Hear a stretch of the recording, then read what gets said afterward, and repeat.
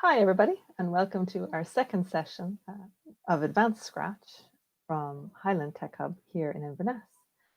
Thanks, everybody, for all your comments on our first session. We had quite a few views after the fact as well, so you're very welcome back if you've been here before, and you're very welcome for the first time if you're only just joining us today.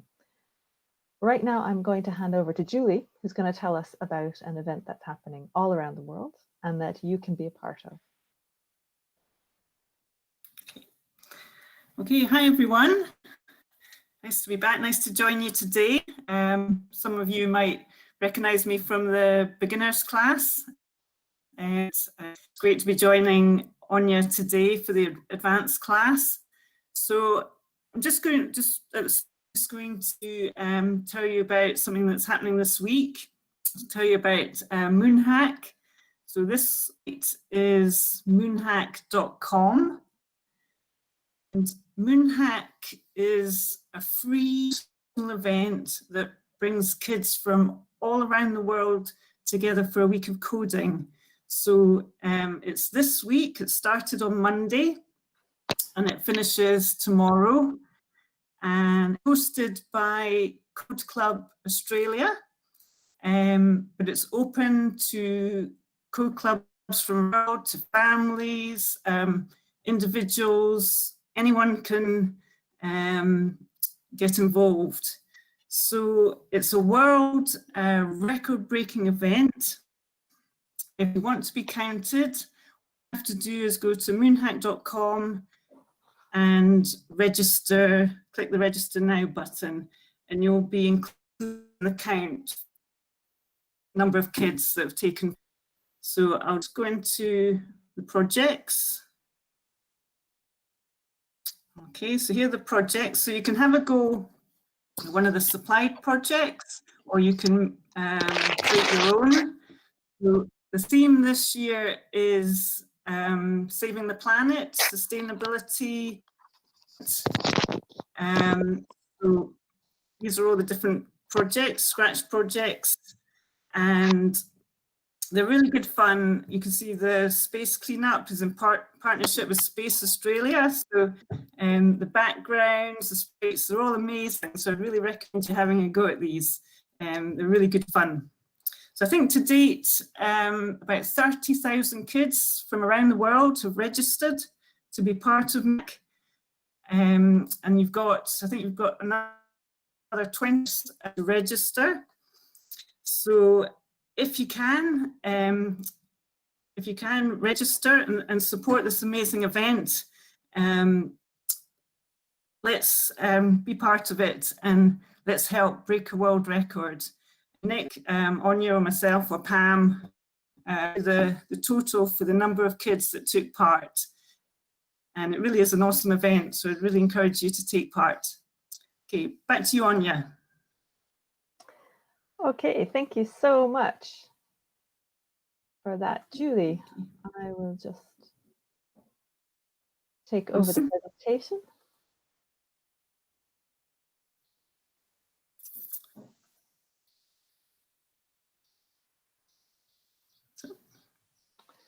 There we go. And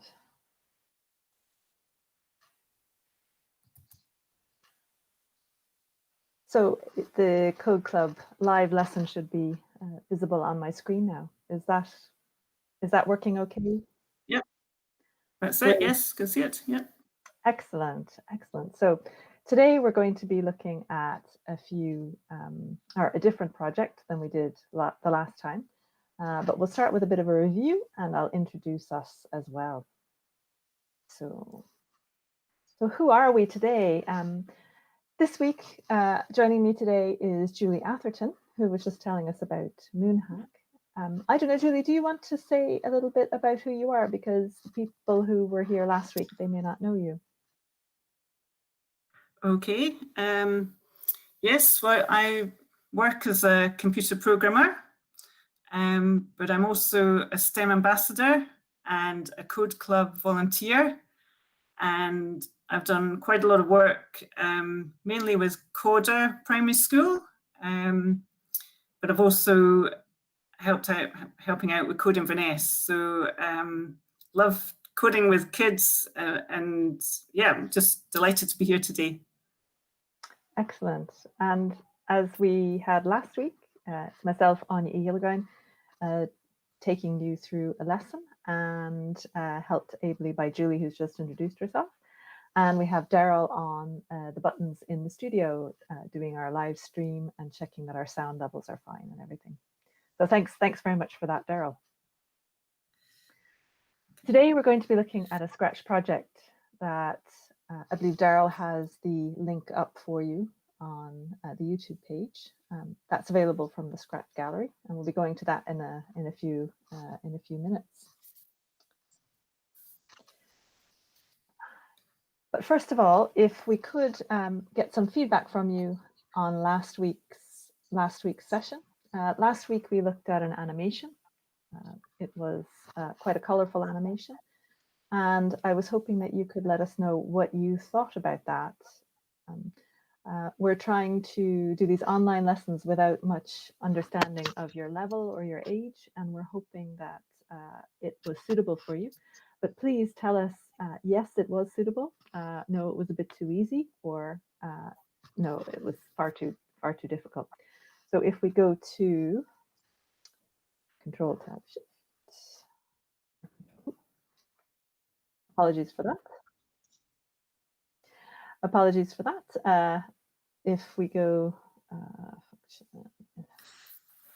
if you go to this poll, and we're just going to turn on some music so you have a chance to answer this.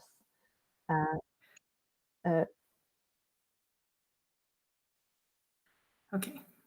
Okay, Daryl's just said that we will review potentially next week instead.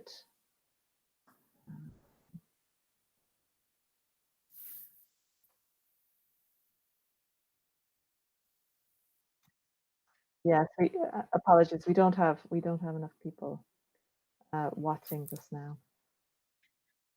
I think a lot of people are going to watch later on, so people might be logging in later on. So we'll come back to that. Okay.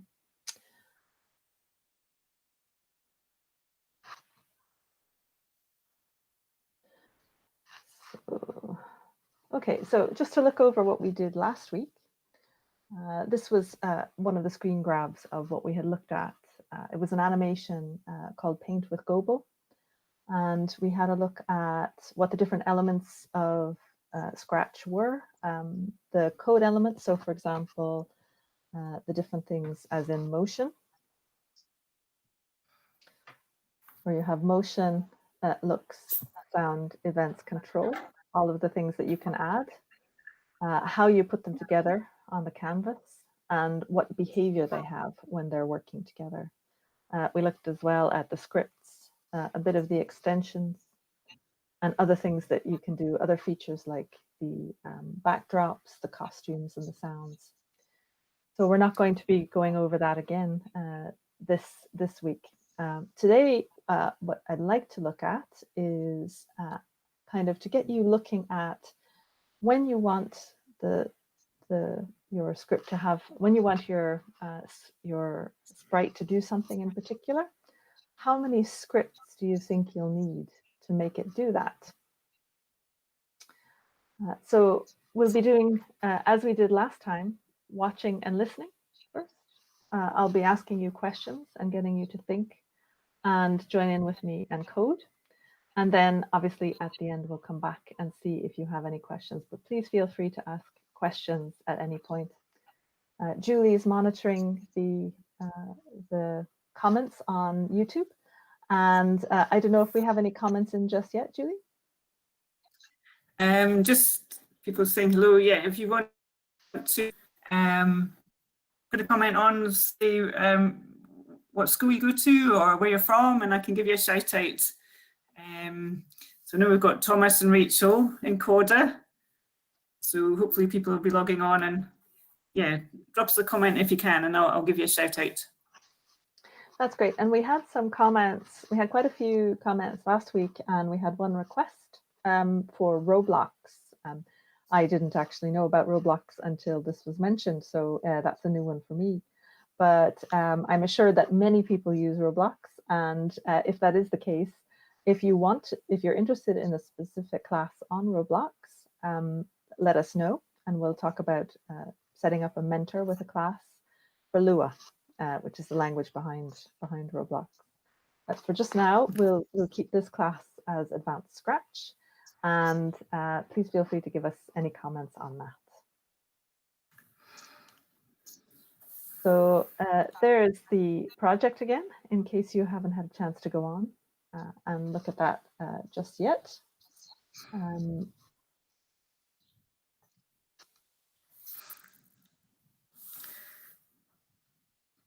So while we get that up, let me see, it's Control Tab. Okay, so this is what it looks like when it's up.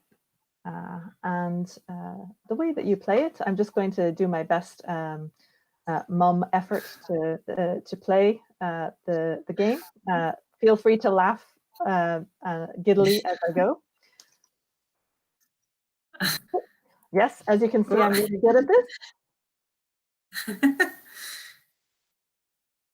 Okay. Yeah, it's a bit tricky. It took me a while to manage to get some donuts yesterday. So, oh, you're pretty good at it. Oh no, I'm not. But yes. So yes, you can see that this is a type of a game that's quite common. What do you think, Julie, about this? What do you see? What are you expecting to do in this game? Like, what's the point of the game? Yeah, I think you have to try and get as many donuts as you can, and avoid them and the chimney stack.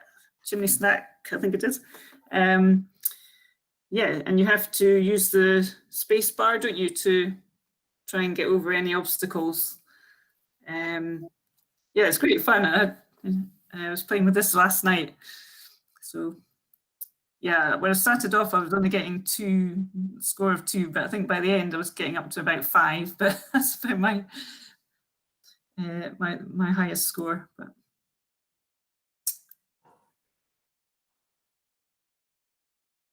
okay, so that's great. So we have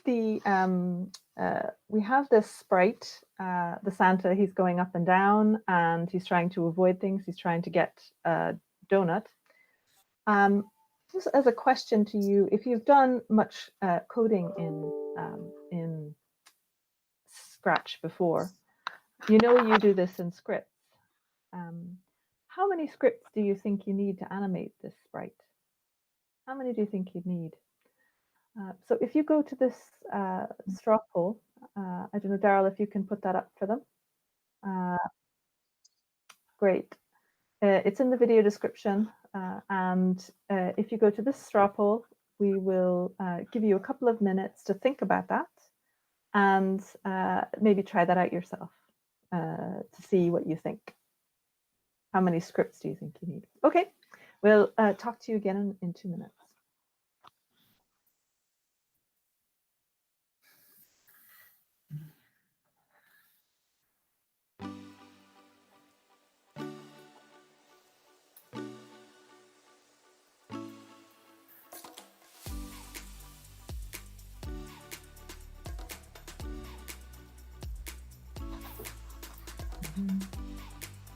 We've got 5 watching now. So. Good. Excellent.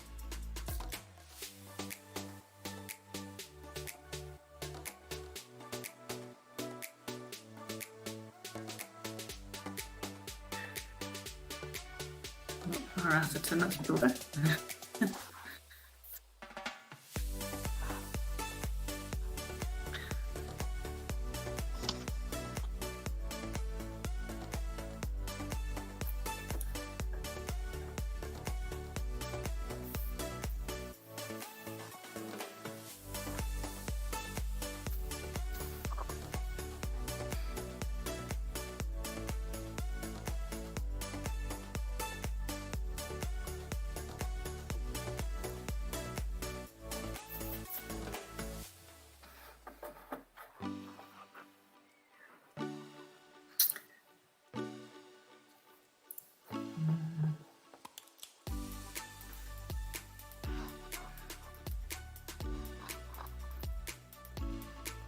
Okay, do that long enough.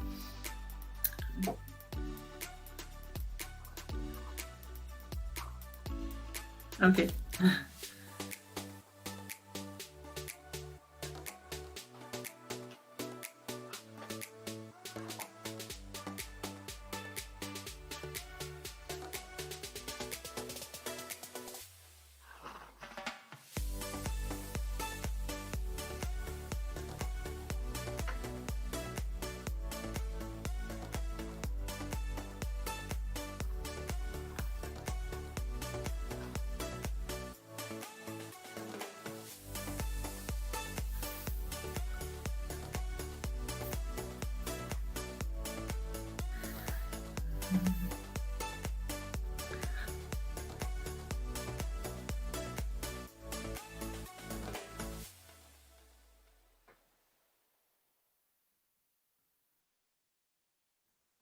Okay.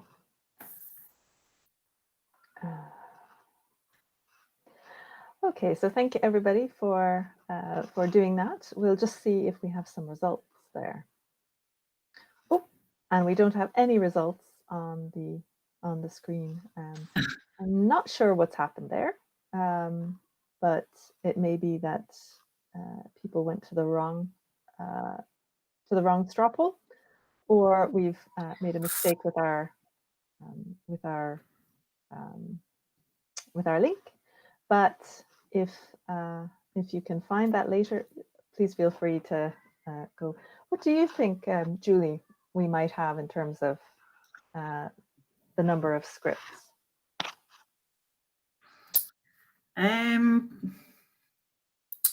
We need to have a script to get the sprite moving. I don't know, I suppose how many ways you can animate the sprite. Spacebar, clicking on the sprite. I don't know what you... Exactly. Well, this is one thing, I suppose, in development or in coding where there isn't one right answer. So in that sense, it's this particular one has five scripts, as you can see here. So if you have a look, we have two up here. This is for jumping, for Santa to jump. We also have one for Santa to unfortunately blow up when he hits any of this maroon color.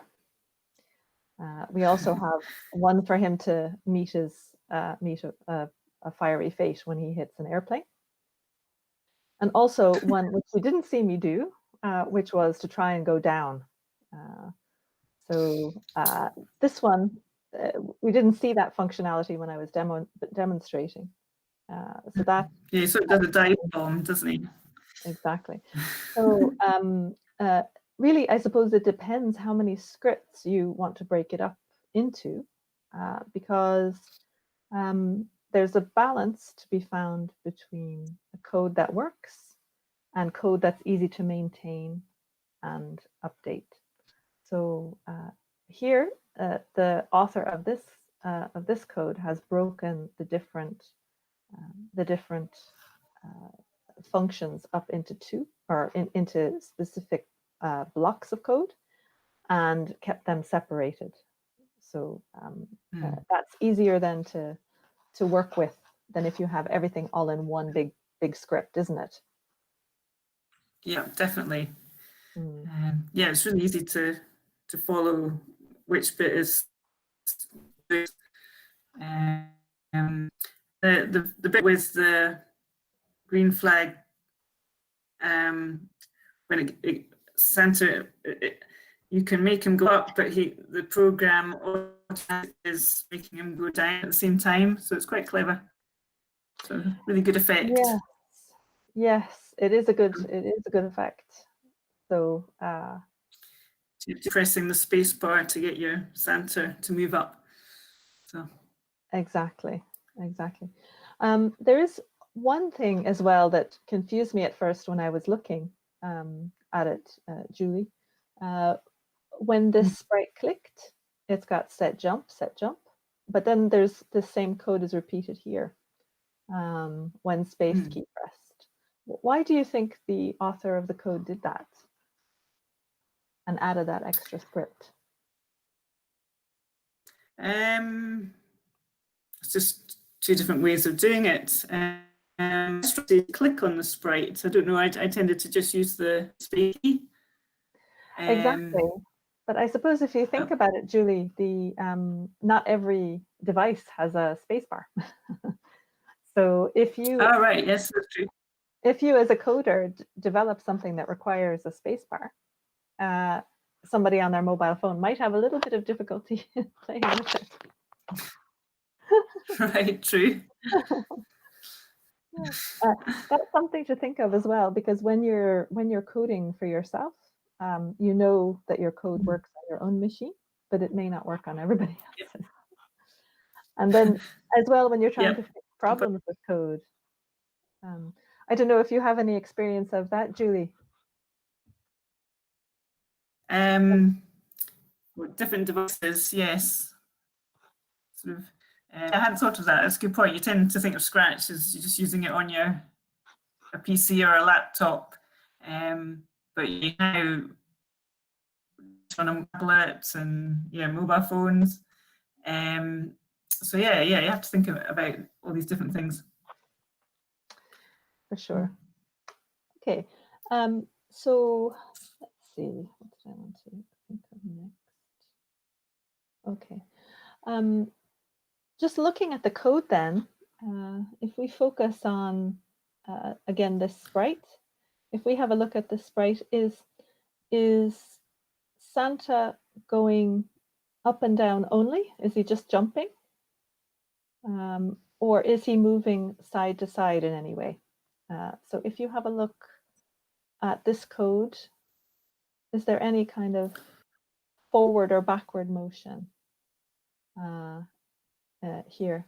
And actually, I have another quiz for that. We might just try that one more time and see if people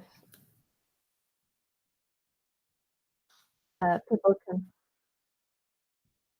Yes, and if you don't want to answer, don't feel that you have to. But yeah, it's interesting to see what people are feeling just looking at the code. So we'll give you a couple of minutes, and you can answer that. We'll play some music for you while you think about that. But yeah, try and look at the code and see, understanding what Santa is actually doing. Okay, thanks for that.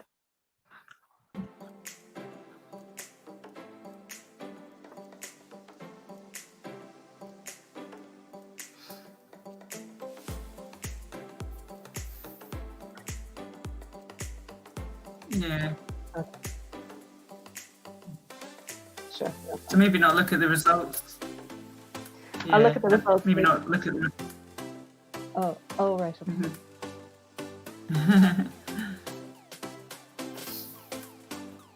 Okay.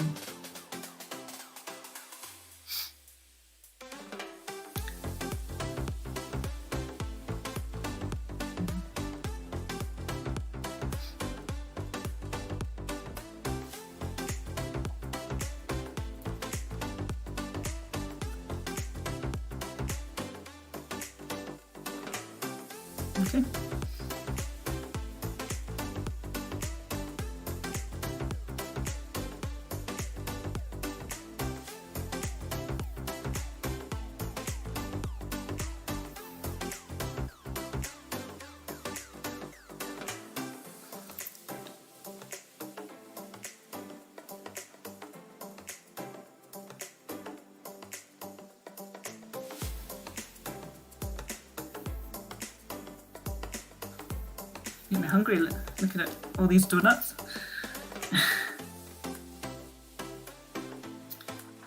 Just past lunchtime.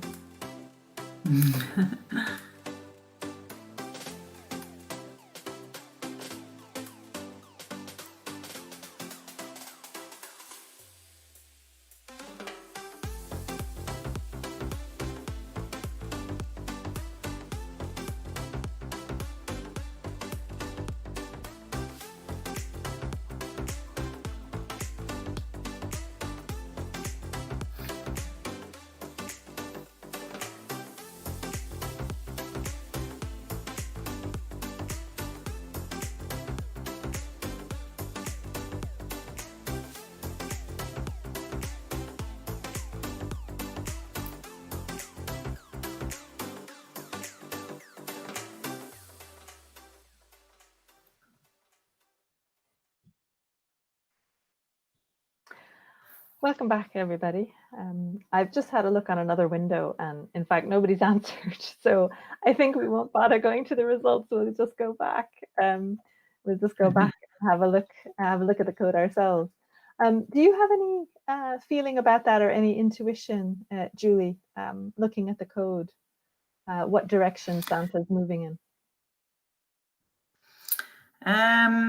Well, when you do the space key, you'll make him go up. And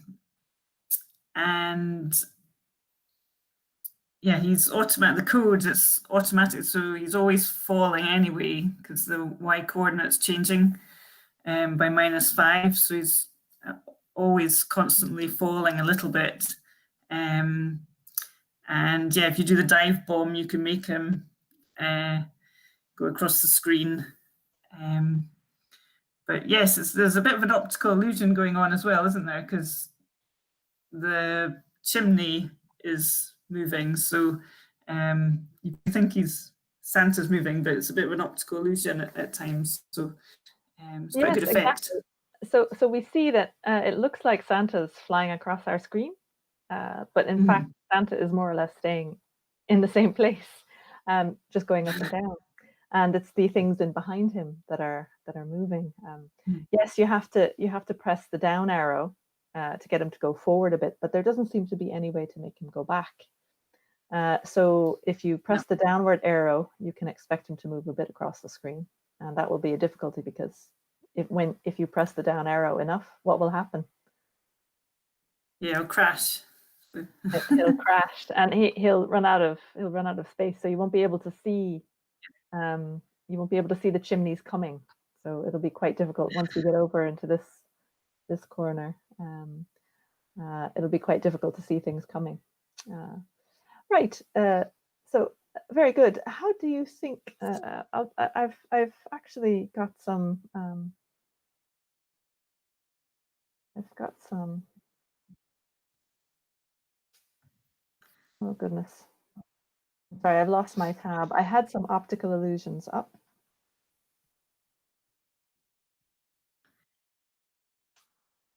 Okay, apologies while I find that.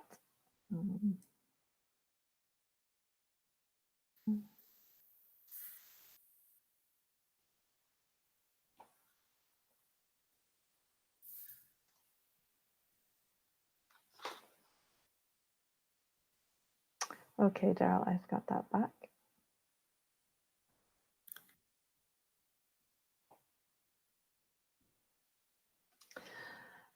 There's a website called Optics for Kids, and you can have a look at some optical illusions here. It will tell you a little bit about how our eyes work, and it's quite enjoyable sometimes to look at these things and try and work out what's in them. So yes, we have, although people's eyes are very good, it's sometimes easy to fool us. So for example, this bar here, Julie, if you can see it, which side of the bar is darker? Ooh, well, I would say the right-hand side, but I don't know, I'm a bit colorblind, which is quite unusual, I think, in females. So, but I don't know, is that right? It's not impossible. I have not looked at the answer, but I think that it looks darker, but I think that because of the background, it actually looks darker, but I think the bar is the same color. We'll just click through and see. Now, I could be completely wrong. Ah, right. They are both the same shade. Same. Yeah. Yeah. So when you put something against a lighter background, it looks darker. When you put something against a darker background, it looks lighter, even though the color itself doesn't change. So there are a lot of these things that you can use when you're coding, because we have these illusions that you can make use of, and this Santa not moving across the background. It looks like he's moving still, but in fact, it's the background moving. What was the name of that website again? It's Optics for Kids. Optics for Kids. Exactly. Okay, that will. I'll send that to Daryl, who can then put that up for you. But that will give you some ideas for what you want to show. What do you think, Julie? How do you think? Have you ever done that before in Scratch, where you've brought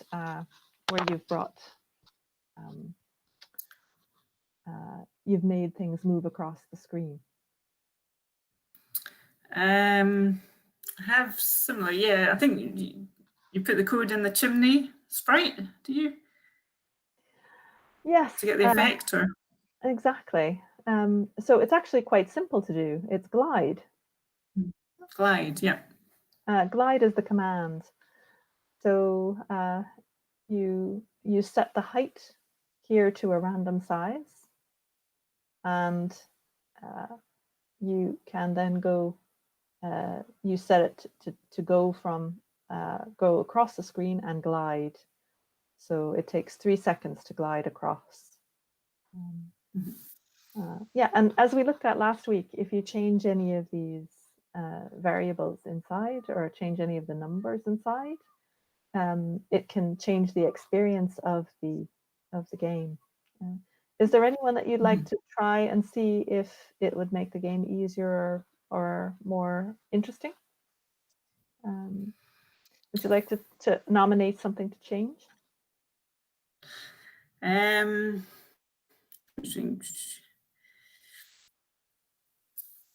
Would you change the pick random number? Okay.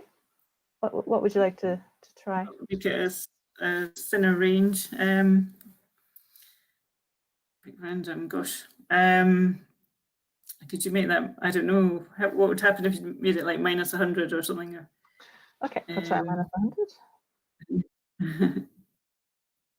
And will we keep so the chimney height, that's a variable, isn't it? The chimney height. They've created a variable. Yeah. Yes. So if we now try and play, I'll just make this bigger. What does that mean? Oops! It hasn't made it any easier for me.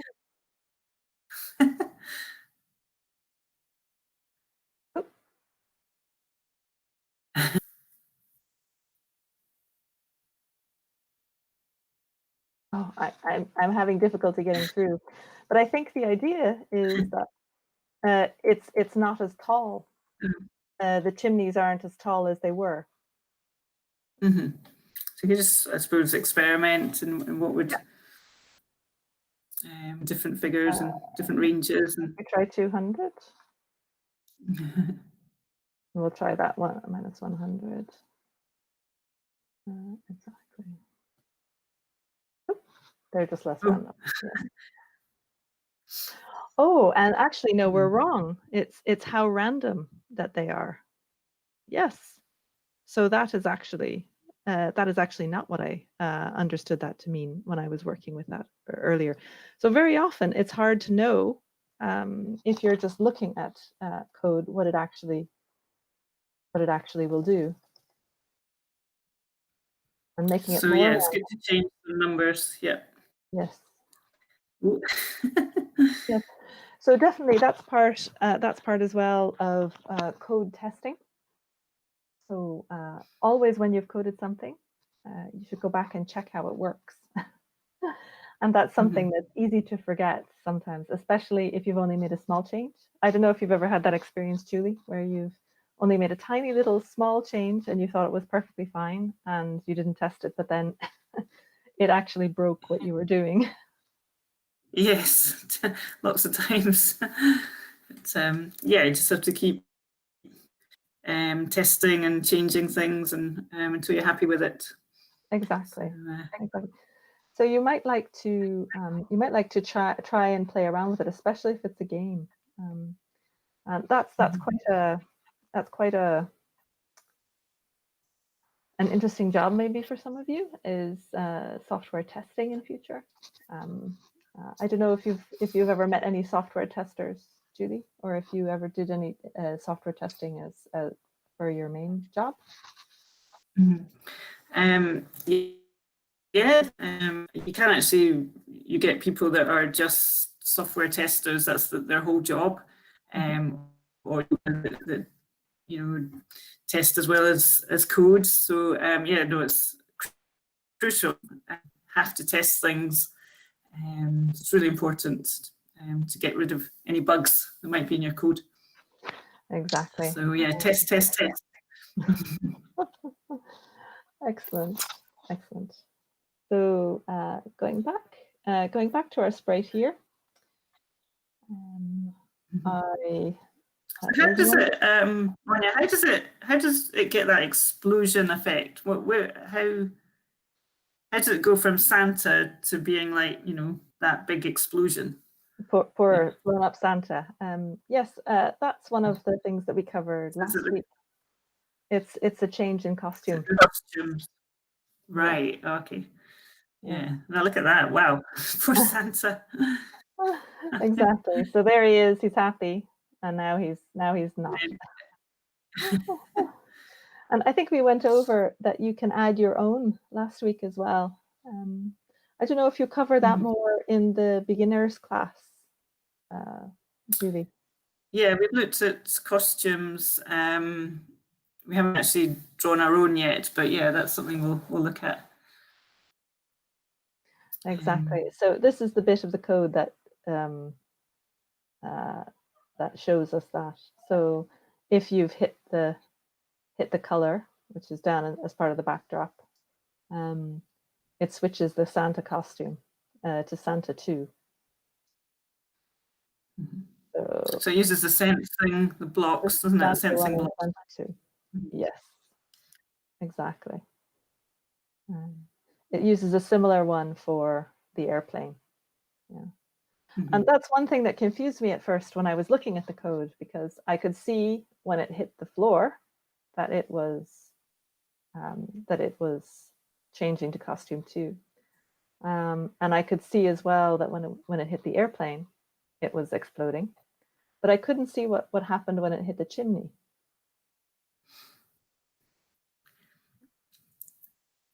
And then I had a look at the chimney. And actually, the chimney has the color of the floor around the outside of it. All right. I hadn't noticed that. That's okay. Yes. So if clever, if the chimney did not have that color all around the outside of it, what would we have to do to make Santa explode? Yeah, you'd have to put something else in. If it's touching red or something, the color of the chimney. Yes, if we said it was touching red or touching the chimney, because it's as a sprite 2. So as touching sprite 2, we need to do that. I hadn't spotted that, the paint around the chimney. And it was only when I was looking at how many scripts you'd need that I noticed that. I had missed it entirely. But I don't think I have the best eye for these things.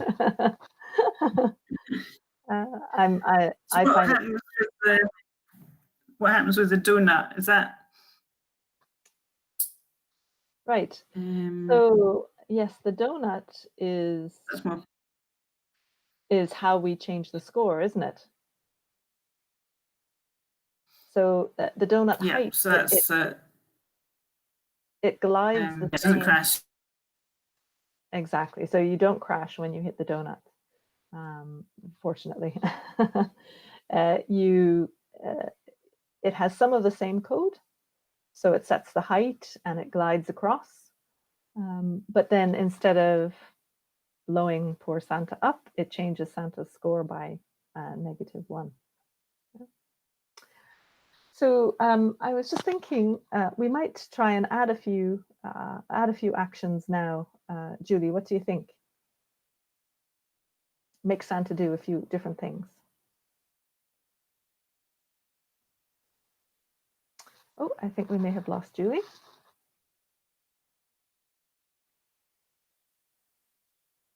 Okay.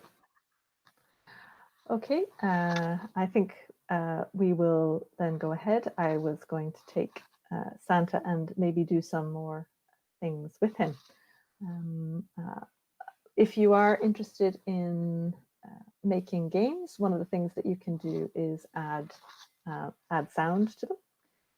And we had looked last time at the way you can add sounds, and this one has a pop sound. But the way I'm going to say we can make sounds today is text to speech. So you can add that by going into the extensions and then make your projects talk. So you just click on it and it brings it over. So I was going to have Santa say something when he has a donut. So I think, is Julie back with us? Okay, I think we've lost Julie. So I was going to ask Julie how we should do that. But I suppose if you look at the other code blocks, the first thing we have to do is decide how we start the code. So is he going to talk from the beginning? Well, no, I want him to talk when he gets a donut. Yeah. So if I go to our control, or sorry, to events. If I look at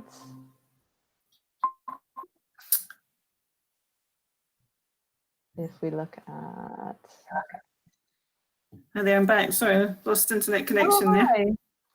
Hi, no problem, Julie. Yeah, I was just going to say that we're going into look at the at adding some sound to Santa. So Okay. I took people through to the extension, and we've got hopefully an extension up and running. So we were looking at the events to start them off. So it's anytime after we start, we're going to want to get him to say something if he's touching the donut. So if we look up above, we can see here we have this structure here that if you hit the airplane, you make poor Santa explode. So instead of having Santa hit the airplane and explode, I'd like Santa to get a donut and say something. So I'm going to use this if-then statement to do that. So what do you think, Julie, if I want him to talk, what are the different steps that I have to do to get him to... Okay, so you'd want to do a forever loop, so it's always checking. Okay, so and if I leave the forever loop out, what will it do? What happens? I think it just check once, won't it? If you want it to continuously check. Okay, so that's why we have the forever loop there, exactly. So we can put in our if-then statement. So it's not when the airplane is touching, but when something else is touching. Let's say the donut. Okay, and then this is where we can bring in our text to speech. Okay. So if you've not, this is an extension, isn't it? So if you've not used these before, you need to click on that box right at the bottom, don't you, to add them in? Yes, Julie, I did do that while you had dropped off. Okay, so, cool. Text to speech. Yes, that's probably something that people need to know. So what we can do is say that Santa will say something. So what do your family say, Julie, when they get a donut? Ooh, yum, or something like that, or... Okay. Okay, so we'll just see how that works. I'll just play Santa and see if that works any better. And I'll see if I can get a donut. Yum. Yeah. Oops, I missed that. Oops. Well, anyway, so you get the idea. You get the idea that Santa will say yum. Now, Santa, you can make him have a different voice as well. Will we try with a different voice? Yes, try a different one, see.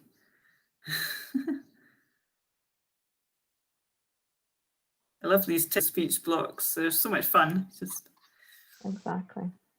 So we'll try with that one.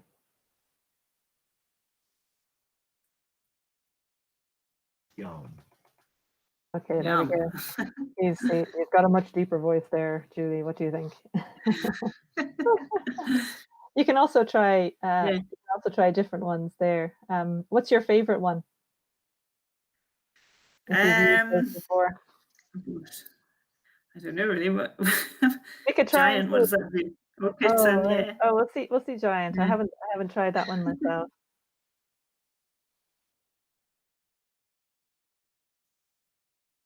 Oh, it didn't work.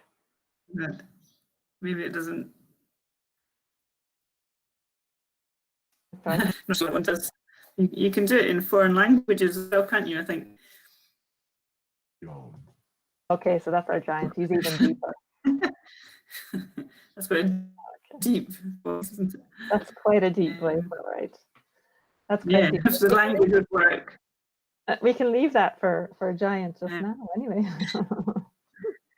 Yeah, you can, if you're using the word hello and then you use French, set the language to French. Oh, will we try that? I'll give you. You'll say bonjour, I think. Okay. Let's see. Do they I have don't garlic? I don't think. No garlic. Oh. We'll try French then. Maybe yum is not the best example. So No, I'm not sure that would be. Delicious. We'll try that. What do you think? Or just hello, don't know if it. We'll try. Try, yeah. Delicious.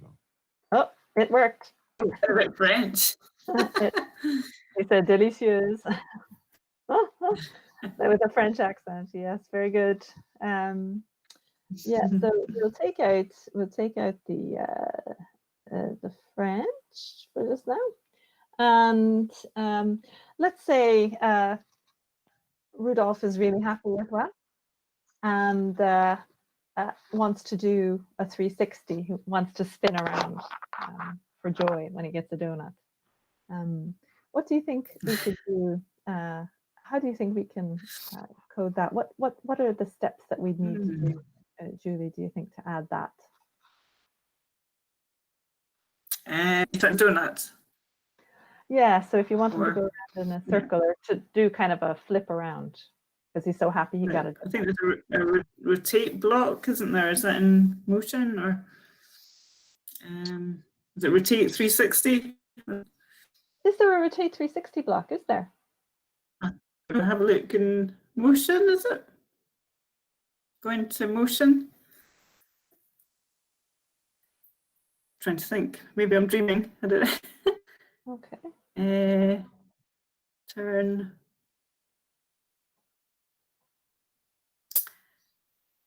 Yes, there is rotation with turn. I don't think there is one with. Maybe it's turn. Yeah, maybe it's turn.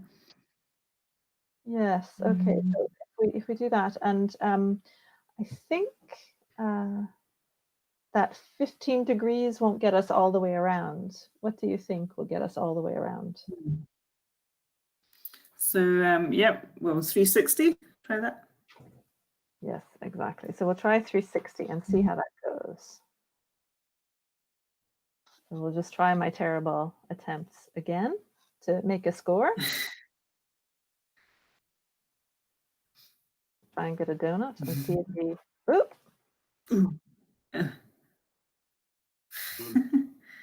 Oh, it didn't work very well. It didn't work very well. So he didn't flip around, or maybe he flipped so fast we couldn't see him. It may be that he flipped so fast we can't see him. So is there any way to slow him down, do you think?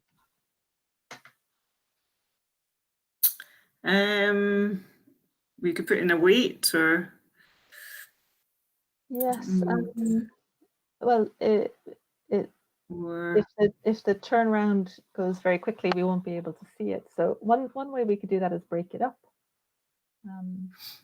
So instead of going all the way around, we could get them to go part of the way around. okay. Put in a step.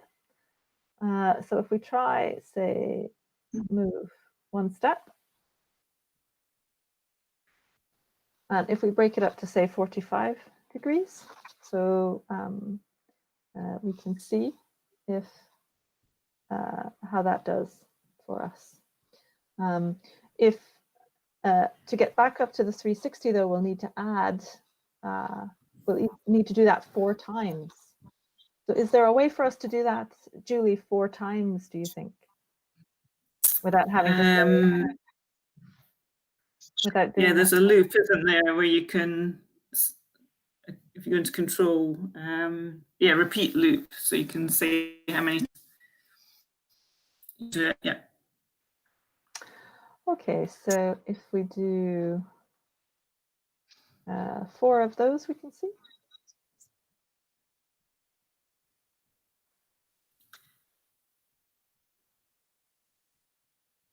Okay, let's just try that again.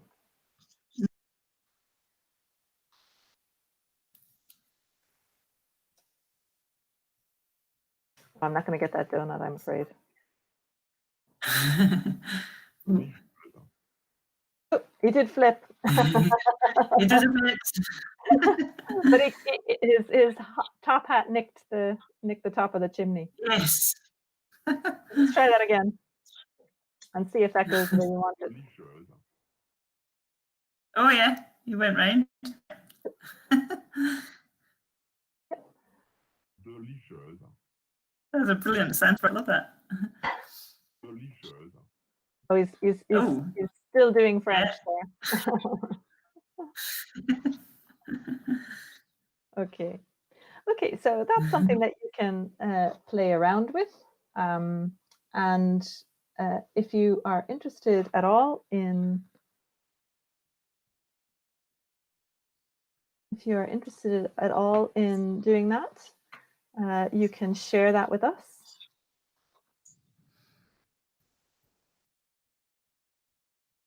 We've done our if. Oh, and there was one other thing I forgot to point out there, and that was if you are. Yes, I forgot to point out the comments. We've called these things comments, and what do they do? Because if you take them away, it doesn't change anything. So why would you comment your code, Julie? So yeah, it's just for information, just to help anyone who's looking at the code, help them understand it. So this project's brilliant because there's loads of comments, and it made it really easy to understand. So in real life, in real people that work as programmers, that's really important. That any coding they're doing, it's really important to put comments in so that people looking at your code can understand it. So I'd recommend if you're doing something quite complicated or do like this person's done and put comments in. It's really good. Exactly. And you'll find as well, maybe the first couple of times you code something, you will remember every bit, but as you code more and more and things quickly, you'll forget. And it's always good for even yourself to help you go back and pick up code that you've been working on. It really just makes it easier for everybody if you've added some information. Not too much, but just enough so that you can understand what's happening in the code, and then that makes sense. Yeah. Yes. Okay. So then. Now it's over to you for that. We'd invite you to remix the project or create one of your own. You can create something similar or something completely different, and then share it to our advanced page. It would be great to see on our gallery, which we have the link to there. would be great if you would share some of your projects and we can get a better understanding of how advanced you are and where you want to go. I don't know if we've had any comments, Julie, since we started. Just people saying hello. But yeah, about the studios, the Scratch studios. So we've now got 2 CodeInverness Scratch studios set up. So if you just search CodeInverness, there's one for the beginners group, and there's CodeInverness Advanced group. So if you can put share to the advanced group, and just anything, if there's something, a project that you've made in the past that you're really proud of, or you create a new project, just if you could put it in the studio, share it with us. We'd love to see your work. So I think someone put something in there this morning. So yeah, if you can add to it, that'd be brilliant, and we can try and build up some projects in there so everyone can look at and enjoy. That's great. So to summarize what we've done today, we reviewed a bit over our last session. We looked at Flappy Santa. We looked at trying to understand code better and comment code better. And this is part of the thing that we'll be looking at all through the courses, how to make better quality code. That will make it easier for you, and it'll make it easier for everybody else who has to deal with your code. We suggest that if you want to try some of these things out, you can take a Flappy Birds game and add different action sounds and backgrounds. You could create your own project, and please do share. We'll be looking at your projects next week. Just before we go, please have a look at the Moonhack website and sign up if you're interested. You can be part of the global coding effort. And that is actually us coming to the end of this session. Thank you so much for joining us. Thank you to Julie and to Daryl on the nods, and we will hopefully see you back next Saturday at 2 p.m. So Julie, do you want to say some goodbyes? Yeah, just to say I'll be back with Rob on Wednesday at 2 o'clock for the beginner session. And yeah, thanks for having me today, and hopefully we will join you another Saturday another time. Okay, bye everyone. Thanks so much. Bye-bye.